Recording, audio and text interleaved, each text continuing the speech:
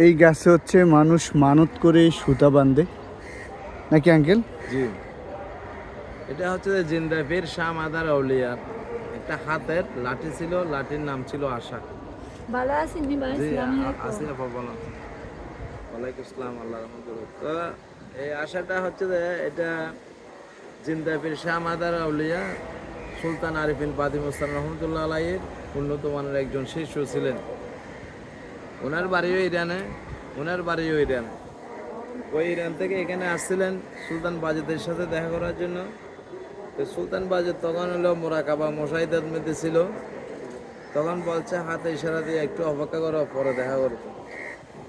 তখন একটু ইশারার মধ্যে উনি বিগত 12 বছর একটা না এক জায়গায় দাঁড়াই আসছিল, এক পায়ের উপর এরকম পায়ের উপর এক পা দিয়ে লাঠিটা এরকম বল দিয়ে দাঁড়াই আসছিলেন 12 বছর এক যুগ। মানে এখানে পরে দরজা খুলিবেন, নামাজের পরে লোক পারিবেন, কিন্তু বারোলি আগে যারা দূরে ইন্দি। তো সুলতান বাজে তার মানে 12 বছর পরে ওনার মোরাকাবা শেষ করে ওনার সাথে দেখা করছিলেন।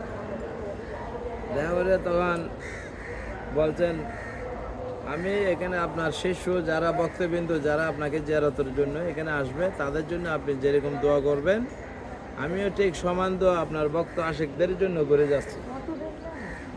আর এই আমার আশা গেছে যারা আশা করে সুতা বানবে তাদের আশা আল্লাহ পাকে পূর্ণ করবে।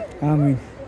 ওই কথা বলে উনি এই জায়গার মধ্যে গ্যাপ হয়ে গেছে, মানে জিন্দা অবস্থায় উনি লুকান্ত হয়ে গেছে এই জায়গায় এই জায়গায় এই জায়গায় লুকান্ত হয়ে গেছে।